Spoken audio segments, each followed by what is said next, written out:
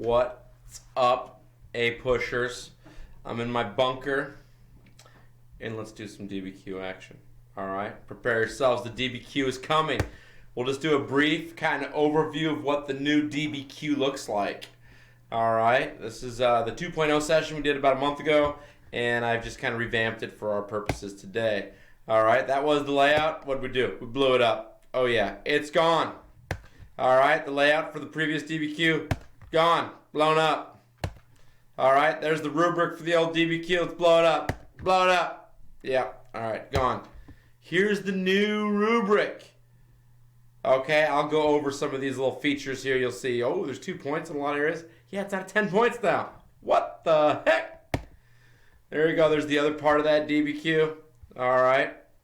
So let's just go over this and get our heads around this. And what do you have to do? The layout, 45 minutes, 5 documents. Keep that in mind. 45 minutes, 5 documents. I'd say do a 10-minute reading and get to writing. All right? All the same points are there. They've just spread it out a bit. You got contextualization, which you're all geniuses at. We got thesis, also known as the claw. All right? Now, instead of describing content of 3, you have to do 2 documents for describing the content. Supports an argument using 2 documents. That's the 4th point. 5th point if you do 2 more. So if you just support an argument with 4 documents, you can, oh, let me get the hand over there. You can get 2 points. Bingo. Explains the how and why of a document. Okay? You do that 2 times, boom, you get 2 points. All right? And that's POV, basically. That's our POV points. All right, outside evidence. That's all the information that you've studied from your wonderful Bible this past school year. The Bible work. Here's all your Bible work. Right here is going to be this outside evidence. You do that twice, my friends, you get 2 points. We got a lot of points to score here. Then, the cherry on top. That's for all you amazing geniuses in the classroom, so I guess 32 of you are going to get point 10. All right, let's go over this a little bit. I solemnly swear, raise your hand, Earthlings, to destroy the APUSH exam, which is the DBQ. All right, let's get into this bad boy. Oh, hey, girl, ace that APUSH test. Hey, guy, ace that APUSH test. You're going to do it. You only got 45 minutes to do it online. You got this. You mean to tell me you studied all year and you didn't know? We're taking it. All 32 of you are taking the gosh darn test. All right? Here's our example. I got this example from 2018. This is the question they used. All right? Evaluate the importance of different causes. Look at this, like cause and effect question, right? Causes of the expanding role of the U.S. in the world from 1865 to 1910. The causes, right? Remember, do the verbs.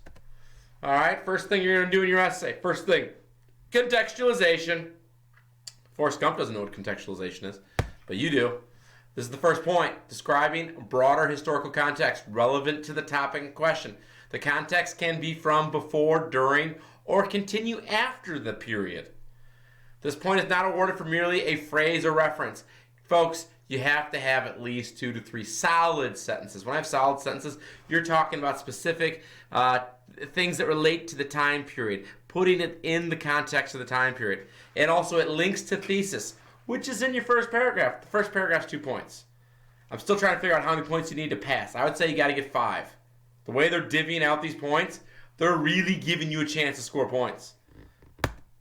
There you go. Here's an example of contextualization. In the aftermath of the war, internationally, the world was changing. Europe was slicing up Africa. Many countries started fighting for their independence, and the fight for influence and money ensued between the most powerful nations. During the time periods of 65 to 1900, the U.S. sought to keep with Europe and expand its sphere of influence in the world under the leadership of Roosevelt, McKinley, and other presidents.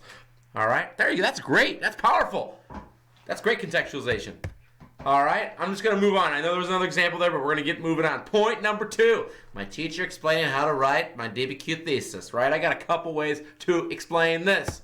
We're talking about claw, right? Some of you wanted this video because you wanted to hear me say the claw, all right? Yes. Or some of you know it as the thesis. What are the 3 things you're going to argue in those 3 body paragraphs?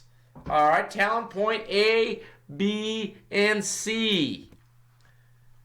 Let's look at this example. While some historians may argue that the U.S. desire to expand its role in the world was due to the fact that the U.S. felt it was its duty to civilized nations and act as a global police, the most important reasons for America, so what caused America, right? Causes America expand its role in the world can be attributed to its competition with Europe over global influence, its desire to expand its economy through trading opportunities, and the U.S. ideal of manifest destiny. Boom. 3 things. What are the 3 things the student's talking about in the essay? Let's go over this quickly. Competition with Europe. 1. 2. Desire to expand its economy through trade. Expanding the economy through trade is number 2. And the third one, manifest destiny. You know this stuff, folks. Yes. Boom. Great thesis. Oh, wait, thesis. It has a claw. Ha! That's a poor one.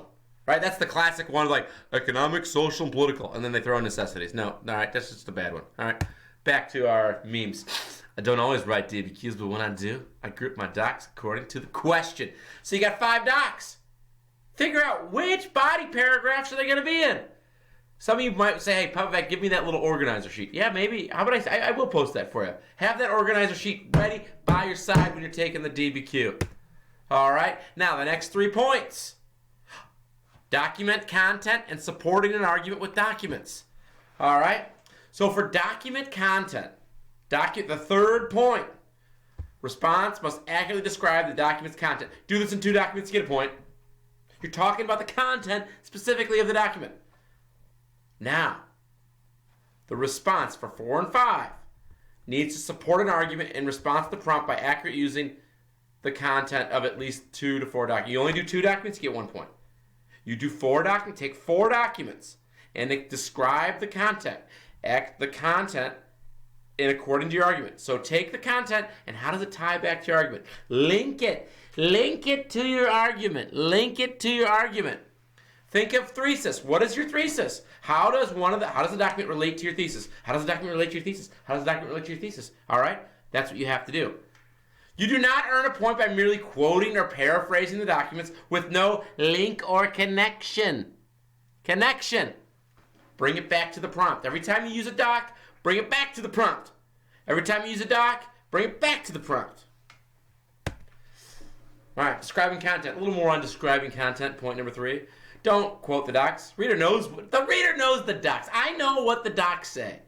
Make a specific reference to the document. Make it clear that you understand what the document is saying. Do this 2 times. Do this 2 times. All right, do this just 2 times. Don't do it 4. This is for point 3. And then you score a point. Remember, group the docs. Organize your essay, folks, okay?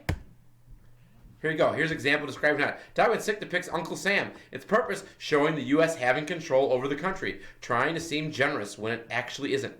Document 6 is the effect of document.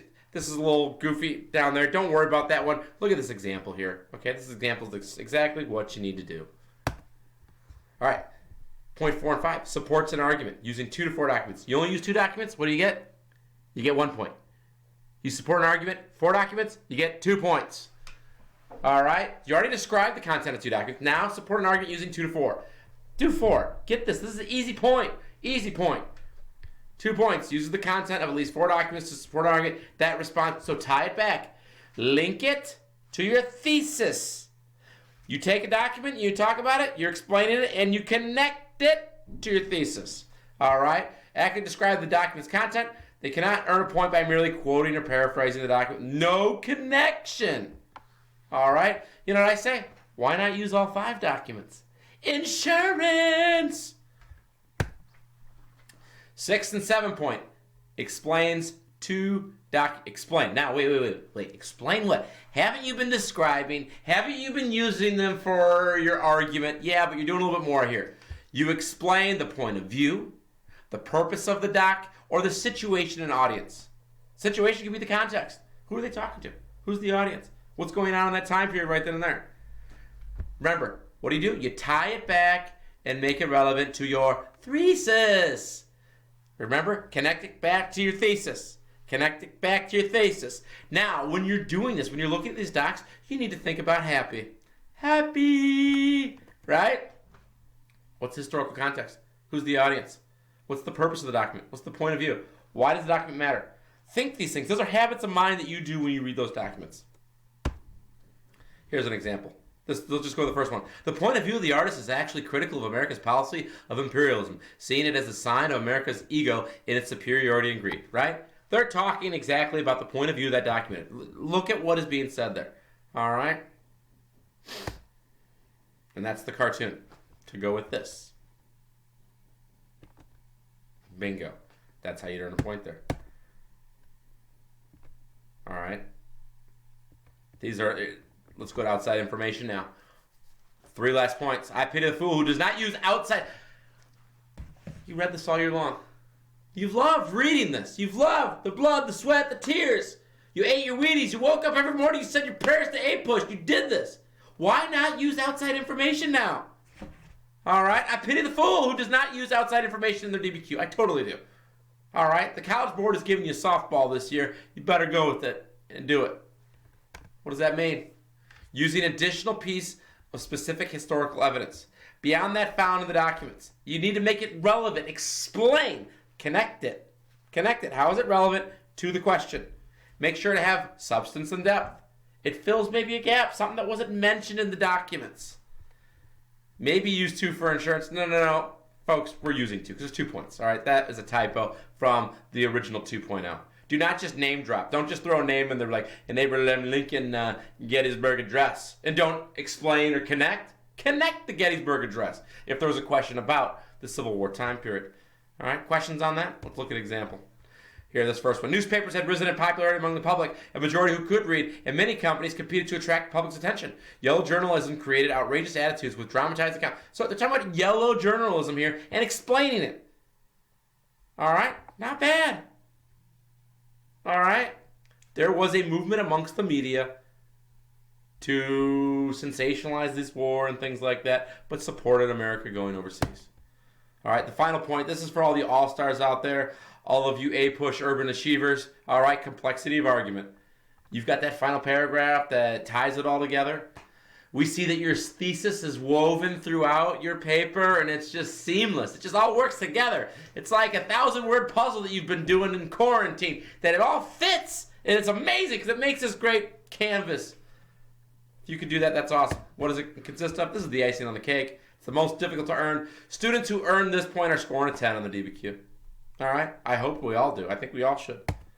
Ways to demonstrate: explain a nuance of an issue by analyzing multiple variables, explaining both similarities and differences, or explaining both continuity and change, or explaining multiple causes. Remember, this is a cause question I gave you here. Cause and effects, right? Look at the question, do the verbs. Remember, if you do that throughout the essay, you can get that point.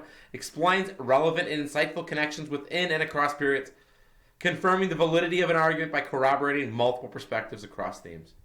Qualifying or modifying an argument by considering diverse or alternate, right? You look at this from a variety of perspectives.